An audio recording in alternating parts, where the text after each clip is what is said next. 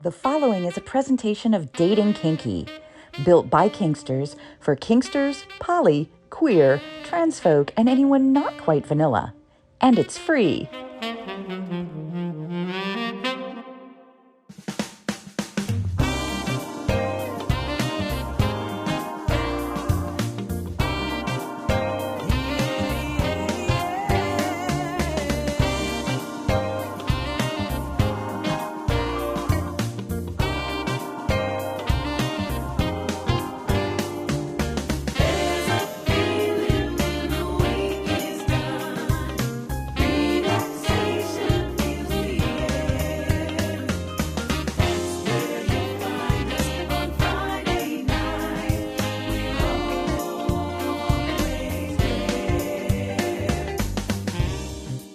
Featuring personalities as their authentic selves, this is What Women and Other Wonderful Humans Want, presented by Dating Kinky. It's an intimate conversation with people inside the kink and fetish worlds, as well as educators, sex-positive personalities, and other amazing people sharing their stories of what makes them who they are. And now, here is our own wonderful human with the questions, John, or as he is known around the kink and fetish community, hi there, Catsuit. Hello, Nookie, and to our listeners, welcome. My name is John, also known as Hi There, Catsuit, and on today's program, we have a special Friday edition. Joining us from Houston, Texas, is Mistress Jennifer, and it is so nice to have you with us. Thank you for inviting me on. I'm happy to be here. How long have you been in this wonderful world of kink? Let's see, I've been a professional dominatrix for 14 years now. So quite a little while. It's coming up on 15. So yeah, I'm excited. I know you had a very interesting entree into the world of kink by actually being in the media and seeing ads that made you go, tell us that story. Okay. Well, let's see. I worked at a local weekly paper here in Houston, and I did that for almost 6 years. I was actually newspaper advertising for 15 years of my life until the internet kind of came in and took over everything. But I actually used to run adult ads at this paper in Houston called the Houston Press, and it had a whole bunch of different papers around the U.S. It was owned at the time by a company called New Times, and it was great because I ran a lot of adult ads. I ran ads for anything from professional dominatrixes to strip clubs to all kinds of aspects of the adult industry. So and I wrote the ads for the workers, for the adult workers, for the pro doms, and I was like, this is kind of interesting. So I did that, and then a whole bunch of us got invited to an underground fetish event, and that's when I really saw it. And I saw this woman walking a guy on a collar and a leash, and I thought, this is kind of interesting. I like this dynamic. This is kind of cool. But I was like, I'll never get into that. I'll never do that. But you never know. One of the things about those ads, as I was very familiar with them from the Dallas Observer Right. and Seattle Weekly, and we have City Beat here in Cincinnati, although I don't know if City Beat goes back that far. Okay. But I do remember living in Washington, D.C., where they had their weekly paper. And that was the first exposure I ever had to what a dominatrix was. Did you realize that you were giving people their first exposure to, yes, these are living, breathing beings? I really didn't, I thought about it. I thought it was really interesting and, something that I thought I would never do. And, I guess I really didn't think about it at the time. I was just wanting to make sure that the pro doms, the women, or whomever in the industry were getting a good, effective ad that would reach the people and would get them good, return of investment. I was making sure that their ads stood out, made sure they had a catchy phrase, something that would grab the attention, a picture, all of that. So they would, people would respond because, if you have too much text, if it's too busy, people would move on. They want something that will stand out and grab their attention. Because the show is so much about why people are who they are, Hmm. you had an opportunity to help those DOMs find out who they are by creating these ads. Was there ever any of your clients that came to you feeling very uneasy, and then after you wrote their ad, they realized, wow, I'm pretty good at this? Well, I have some DOMs that came to me that were new, brand new into the industry, and I just had to kind of find out what their purpose was, their focus, kind of find out a little bit more about them, and create their ad basically from their personality. That's how I've tooled myself from my personality. I'm different from any other dom you'll ever see, out there, and that's good. You have to make yourself original, something that is not like anything else or anyone else. What are some of the things you would put in your own ad right now? Let's see. I've been a professional dominatrix for 14 years. I am authentic. What you see is what you get, because there are sadly a lot of DOMs and a lot of adult people out there that are catfish and not real and things like that. And it makes the whole industry, it gives us all a bad name, because we work so hard to get where we're at. I mean, 14 years is a long time. We've been through a lot in 14 years. The world has changed so much in 14 years. So, it's just I am who I am, and I have been who I've been, and it's gotten me this far. So, What were your impressions going into that first party that you were invited to back in your newspaper days? well, I didn't know what I was getting myself into. I was involved. Well, I helped advertise for a certain store that was in Houston, and the guy who owned it, that's who invited us to the party. And it was, we just got the address on a piece of paper. There were no flyers, there was nothing advertised, because number one, there was no social media back then, and everything was by paper. You have to put like flyers on cars and stuff like that. That's old school. But anyways, I didn't know what really to expect going in there. I was excited to see, something different, going to a party I've never been to before. I kind of knew it would be, a lot of people wearing leather and all that, all the boots and everything. But I was very anxious and very curious to see what would happen, because I'd never been to anything like that before. What was the first thing that caught your eye of something that happened? Probably the woman walking the man on the leash and the collar. When I saw this tall woman, she was wearing all black, leather, and she had this man, and she was like, like a dog. She was walking him like a dog, just, telling him to, good boy, come along, let's go. And, she was very demanding, very, she was in charge of him. And I was like, wow, this is really kind of cool. I kind of like this dynamic. And I was just like, is this wrong of me to think this? I was like, nah, no, it's not. It felt like I was in a place I needed to be in, where I needed to be. Take us to the first time that you practiced it, the first time that you had someone who was under you. Okay. I actually went with a friend of mine who is no longer a pro dom. She's retired, but she wanted me to go with her to one of her subs. And I was like, well, I don't, I had been to this party, but I don't years ago, but I don't know anything about this. I have no idea. And I said, no, I'll just wait outside or whatever. And she said, no, no, he's a really nice guy. If you want to, you can just wait in the front room or whatnot. I was like, all right. So we got there, went in, met the guy. The guy was really nice, really, everything, was really cool, everything she said. And he asked me if I'd ever spanked anyone. And I was like, uh, no, no, I haven't. And he said, would you? And so he put some money on the table. And I was like, oh, okay. So she had all her implements with her. He had implements as well. And so I just picked up an implement, and I was like, okay. But I sat there and I strategized.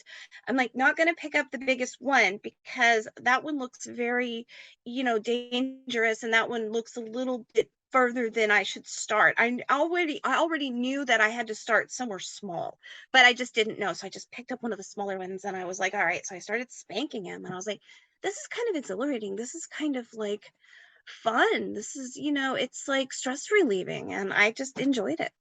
That was it. What was the reaction of your sub?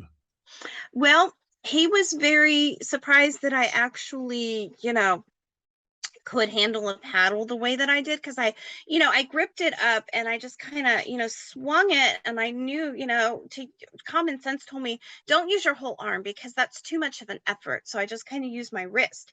And he was like, "Wow, you actually did a really good job, this being your first. Are you sure you've never spanked anyone before?" And I was like, "No, and never, I haven't." So I was like, "Okay, well," and it was so fun. I was like, "Well, maybe I need to do more research and get more into this." So I did. I know one of my personal joys when I go to parties Mhm. is I am always happy to be, lack of a better term, guinea pig for Mhm. somebody who is trying to learn how to flog on a real body instead of a pillow, or Mhm. somebody who's trying to learn how to do that. Now, there's obviously limits that I will do. I'm not going to go, "Hey, you want to try a bullwhip? Sure, no problem." But at the Right. same time, I love to watch people discover themselves. Mhm. As you started to play more and as you started to discover yourself, Mhm. what was the major emotion and the major discovery that you were making about you? I was more dominant than I thought I was. I knew I was always a dominant personality. Even when I was a kid, I was bossy. I was the one, I had to own the playground, I just didn't show up. I had to own it. It was my playground. I wasn't a bully, but I was just a very confident, I guess, dominant personality. And, that kind of just went even further as I started getting into this, and I started discovering, hey, yes, I am a dominant person. This is something that's been inside me the whole time, and it's just like just came out, and it just felt exhilarating and something different because, I just had a regular normal life where I, was, had a child, and everything just going day to day, and then this kind of happened. I was like, huh, okay. And there's a stress relieving really, because, you deal with stress with your daily life, and this is kind of an escape to get away from that and kind of, do something different and just feel something, it's like alive. You just have that, that adrenaline and that, just drive. It just keeps you going, and it's just exhilarating. I love it. And you feel the same thing back from the sub. And I'm always interested, and as a matter of Mhm. fact, have just shot the first part of a documentary project that I'm doing, which basically Nice. looks at two sides of a scene. Mhm. I was proud to be able to go down to the studio of Natalia Sedici down in Fort Lauderdale, and we did Okay. a latex encasement scene. And we Mm. are going to share our thoughts on what it's like to be in the scene from both sides. I'll Mhm. narrate it, she'll narrate, and then we had a discussion afterwards. Mhm. When you realize that that amazing energy is coming back to you, what is it that you get from it? It gives me a lot of like appreciation and satisfaction. I'm just like, okay, well, he's responding, in a positive manner, and I always like feedback as well from my subs, because it's very important. You have to be on the same page as your sub. You have to get that consent. It's 100%, and, even yesterday, even I had a sub that came and saw me yesterday. And I mean, he's been coming to see me since way before the pandemic. And, I still ask him, okay, is everything the same? Have you had any, surgeries? You have to kind of, keep vetting them and keep an update, because you want to make sure that they don't have any like new medical conditions or anything like that. You always have to have that open line of communication. What is your favorite kind of sub? I'm not going to say, do you have a favorite sub? Because nobody does.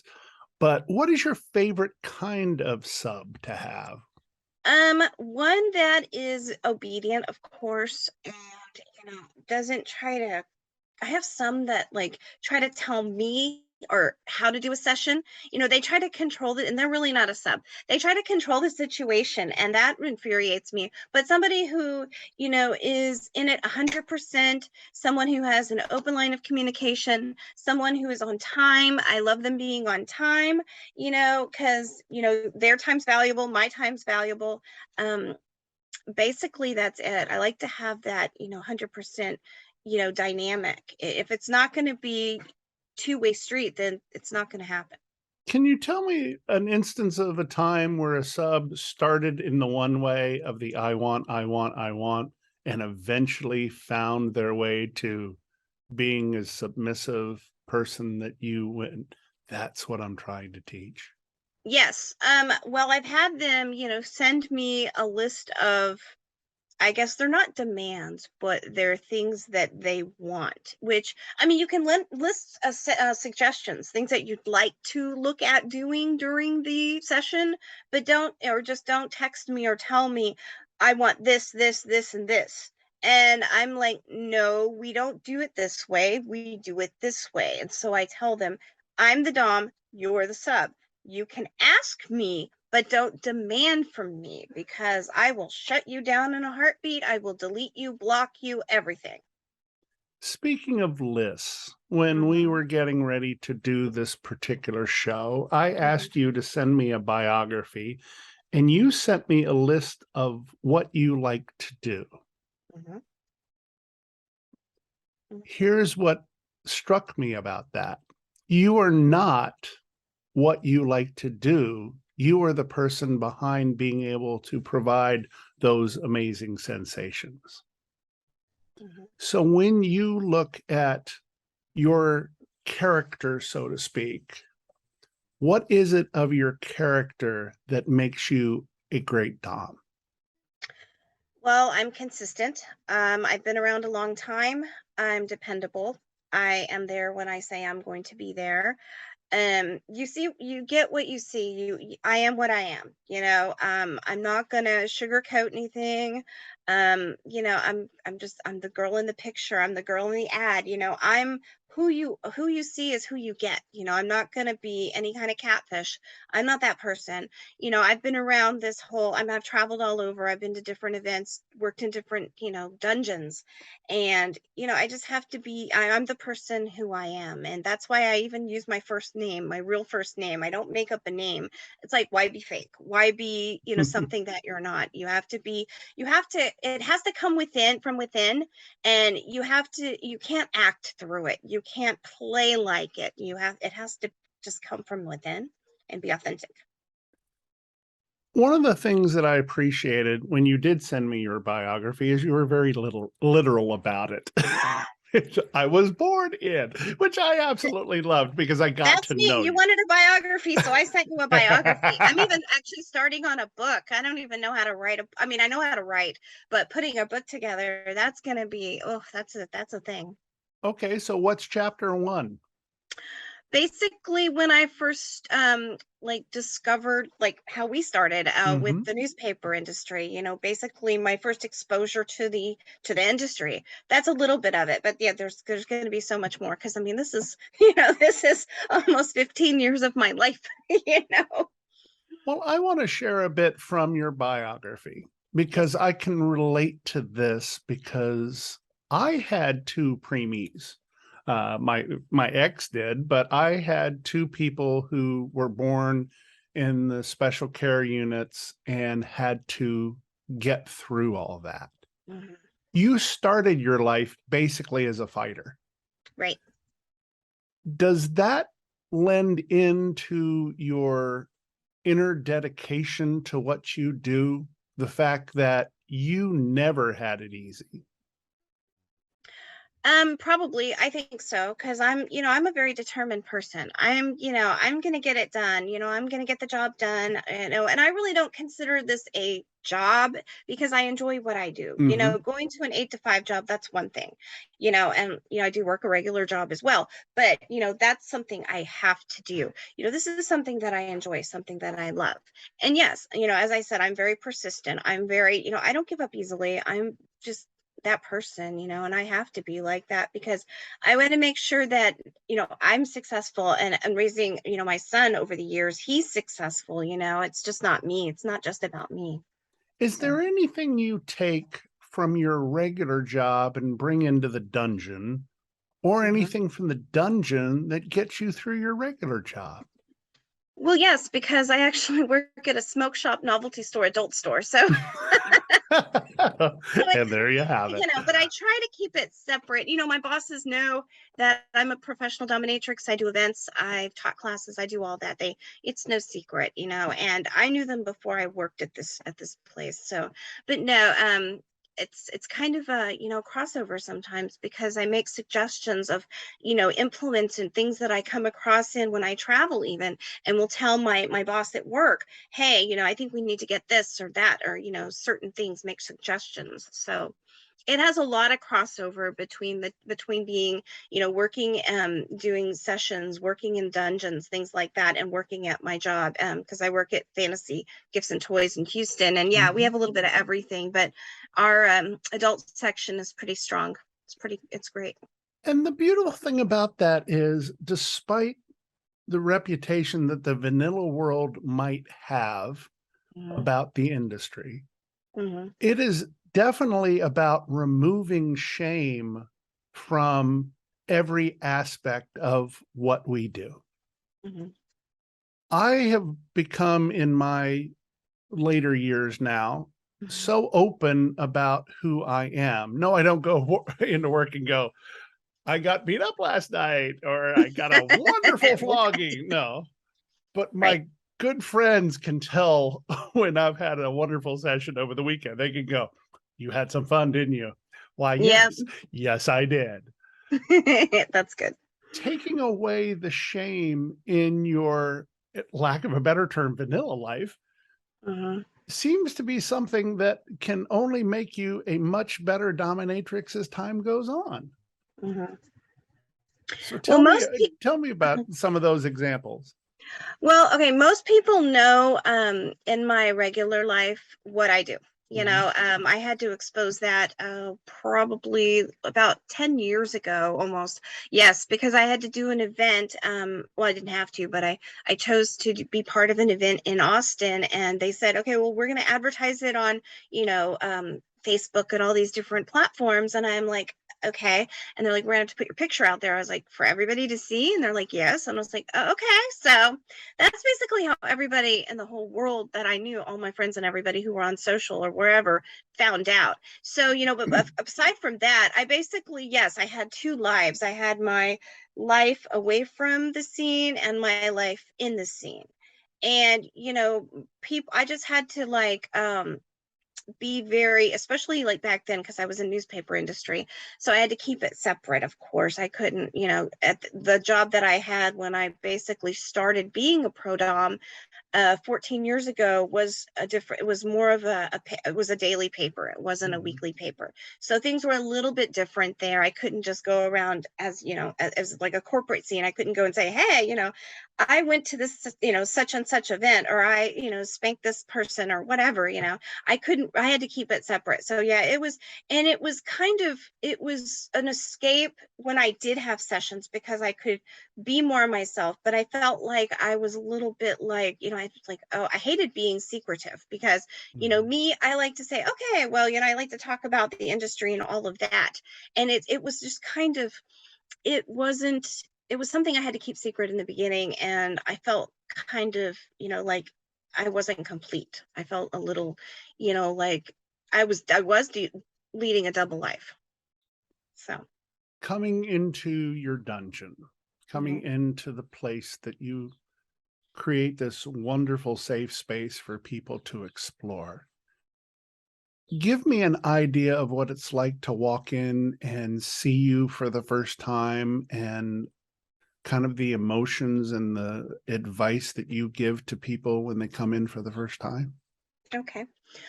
Well, I normally of course, will have everything worked out ahead of time, on all the vetting, like, any kind of health conditions, what their interests are, how old they are, things like that. And then when they come in, I basically, will introduce myself, shake their hand, tell them it's nice to meet them, not be too forceful in the beginning. Don't want to smother them, give them time to kind of come in and get comfortable and like kind of soak in the atmosphere, because you don't want to be, it's like being at a store and a salesperson just runs up to you and it's like, can I help you? What do you need? Hello. Just don't smother the person, because the person, some of them are new and they've never done this before and it's a whole new thing for them and they don't want to be, just bombarded with just too much. So, and we just kind of sit and talk for a minute and then I'm like, all right. And I would just reconfirm, would you like to focus, we're going to focus on this and that. And, just reconfirm, because their interest something might have wanted to be added or, taken away from, so things change between a text or a phone call and, arriving, or even an email. So yeah, I just want to make them feel like they're in a safe space. I don't want them to feel apprehensive or scared or anything like that. I have often said that the DOMs that I know Mhm. are amongst the kindest people I know. Now, if you were to say that to the outside world, they go, but they hit people, they spank them, they Mhm. do mean things to them. But the fact is, everything is consensual. Right. Everything has a meaning. And when the subs discover what that feels to them, it can change their life. Mhm. Can you give me an example of when a sub has just simply had that aha moment where they realize, wow, this is exactly what I needed? Well, I mean, the guy who came and saw me even yesterday, he actually, as I said, hadn't been to see me in a very long time. And when he sent me his email for his session, he really didn't list what he wanted, but I'd know him. I've known him for a long time. So I was like, okay, well, I'm still gonna ask him when he gets here.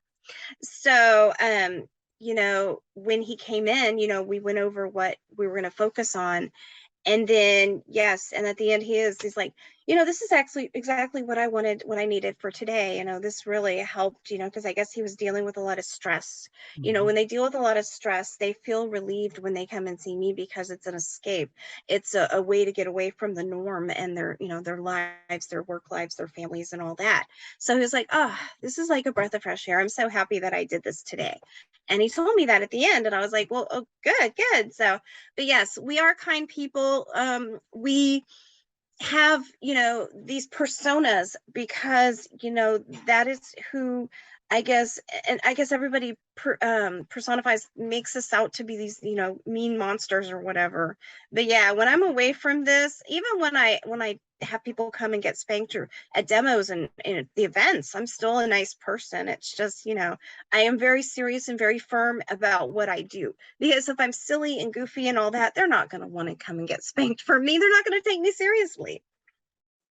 What is the line between what somebody needs and what somebody wants? And how do you get them from one side to the other? Okay. Well, I do get a lot of guys who, tell me that, they really need a session. They really need to come and see me. And I was like, okay, why? And I ask them, I need to see you right away. And I'm like, okay, why do you think you need to see me? I ask them those questions because I want to know, and then the ones they're like, oh, well, I want, I want to see you right away. And I was like, well, I want $1 million, but I don't have it. So, you know, so I mean, I ask them questions to kind of feel through, if they really want this or if they really need this. Because you can want something, but really not need something. It's kind of a little bit, to me, just it's my opinion, a balancing act, because they really, really want to see me right away, or they really need this. And I'm like, but I always ask them, is this something that you really, really want? Just want? Or do you really think you need this? I always ask. I ask questions. I have to know. I think from my perspective, the difference is wants are something that bring you joy and happiness in Hmm. a brain type way. Hmm. Needs are the things that bring you joy and happiness and go straight into your heart and soul. Hmm. Yeah, that And makes sense. When you can feel that, that's the most amazing thing in the world. Let's Mhm. talk about some of the events you've gone to, because you sent me a list of events that were, it was pretty cool. From Texas all the way out to Los Angeles. What Yep. were some of the most influential events you went to and some of the influential people you met?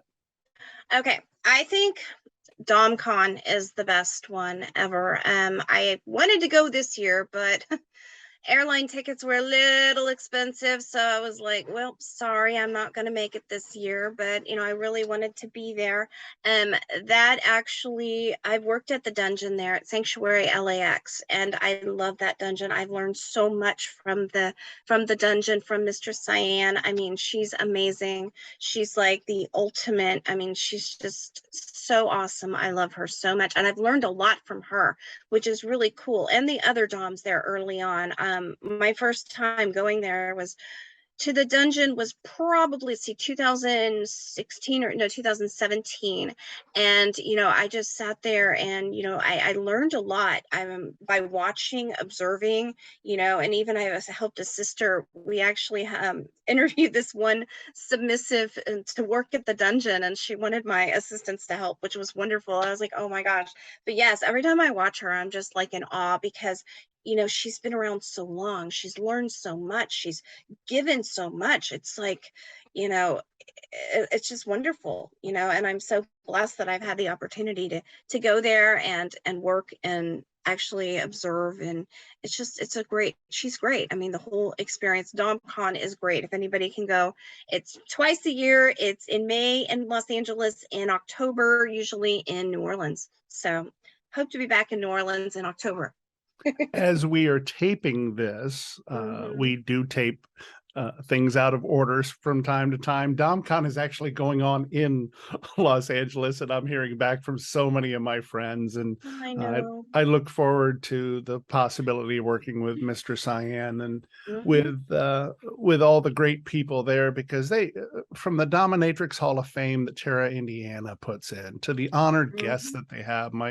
My friend Goddess Alanis is one of the honored guests this year, and she Oh, is over wonderful. the moon. Oh, But yes, it is an amazing place. Tell me it some is. about Tell me something about, because I used to live in Texas. Tell me about some of the events there in the great state of Texas. What are some of the more fun ones that you've been to? Okay, let's see. I've been part of our Kinky Tuesday, because we have this event every 3 months, our large event called Kinky Circus, and it has different themes. It has at the movies. It has our next one is Pride. Next month we have one on June 24th here in Houston at Numbers. It's going to be our Pride event. That's like one of our biggest events of the year. I've also been a part of the Cynical Magazine Fetish Ball, the Erotic Ball. Those are both in Houston. I've been part of the Dallas Fetish Ball in Dallas. That was one of the first ones I was part of. So yeah, I mean, and I've done the Lone Star Spanking Party in Houston, and then I did the Alamo City Leather party in San Antonio before the pandemic a few years ago. So yeah, I've done a lot. Texas, I think, is thought of by the outside world as, how could you ever get away with any of this in Texas with the politics being what it is? Do you face any challenges doing what you do there in Texas and in Houston in particular?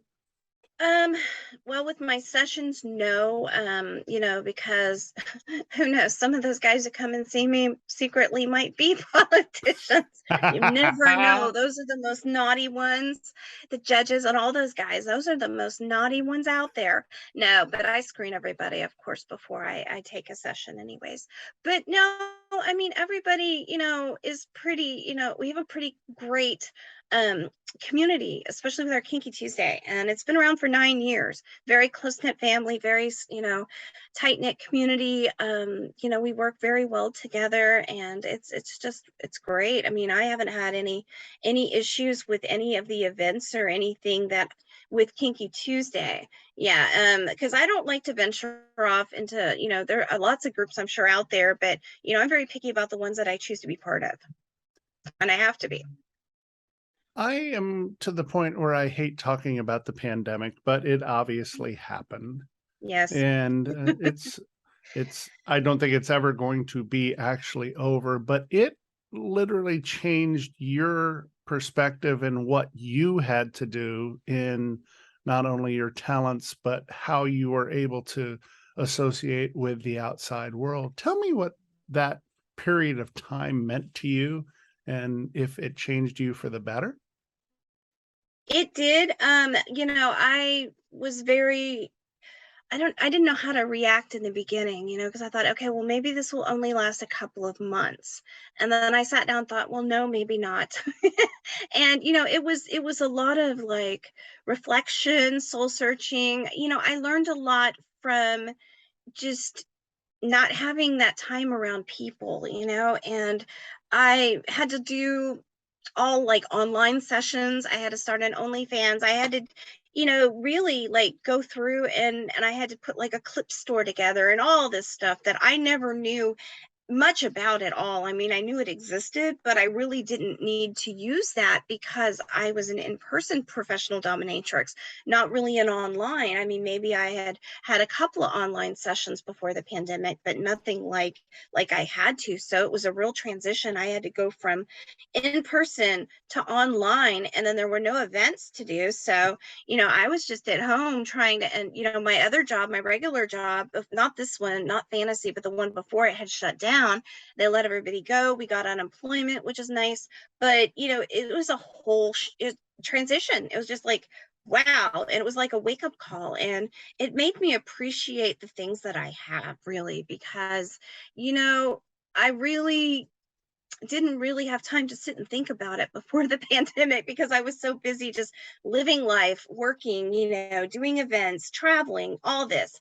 And then during the pandemic, I had plenty of time to sit and think about everything because I had nothing else really to do.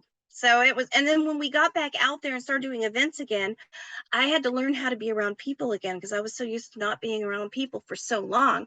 I was so used to just being me or, just a very small group like me and my son, my dog, things like that. Just small group of family. That was it. Everything else, yeah, I didn't see like subs or anybody for well over a year, almost a year and a half.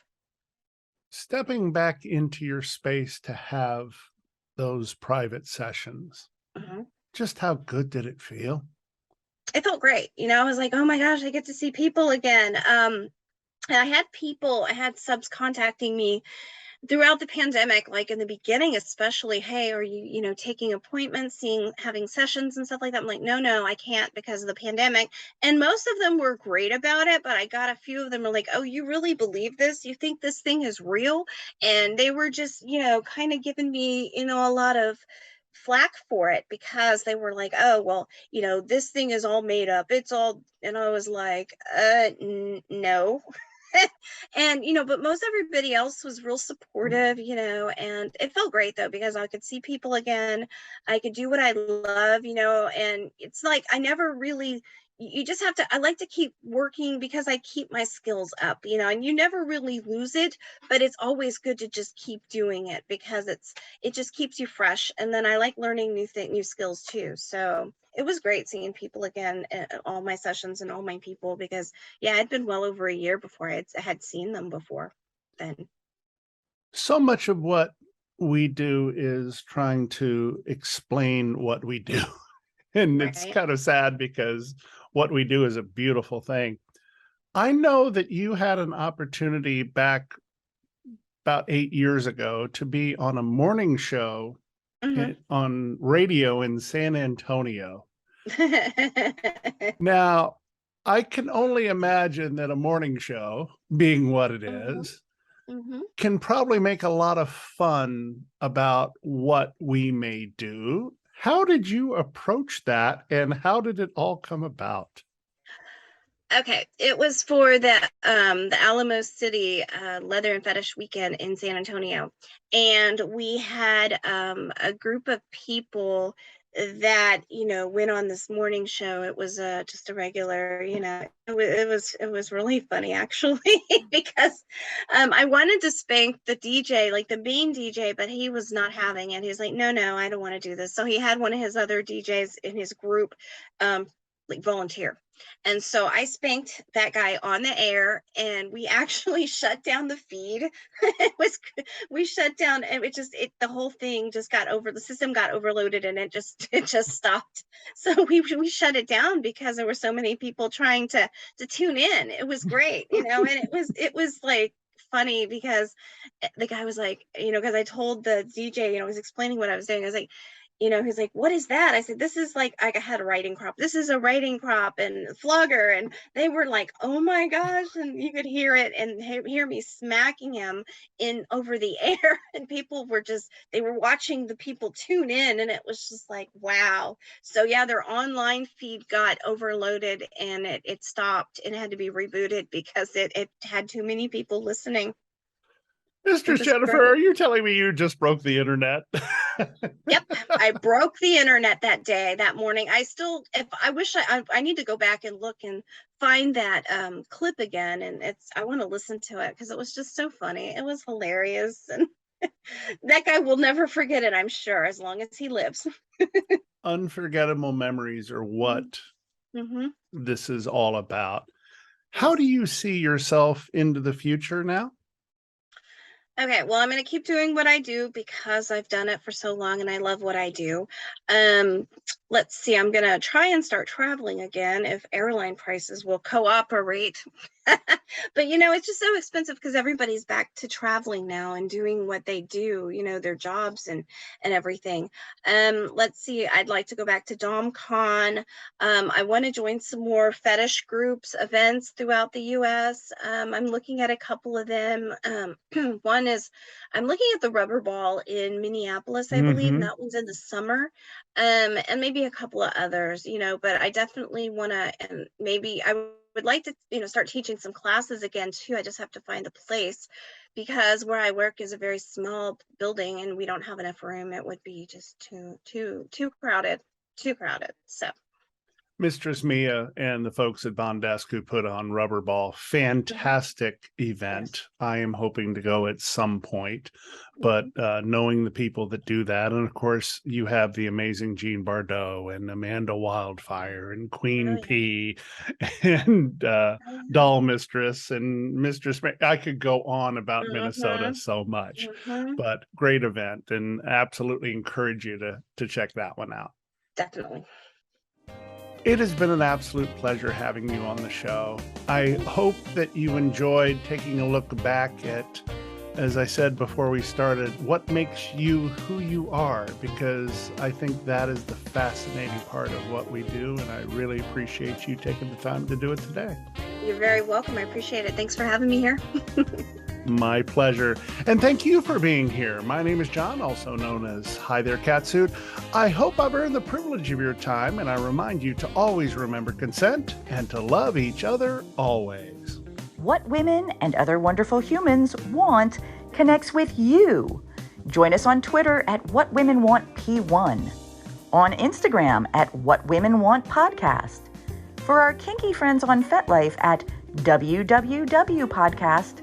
And now, select shows are available in video format at youtube.com/datingkinky. This has been a presentation of Dating Kinky, built by Kinksters for Kinksters, poly, queer, trans folk, and anyone not quite vanilla. And it's free.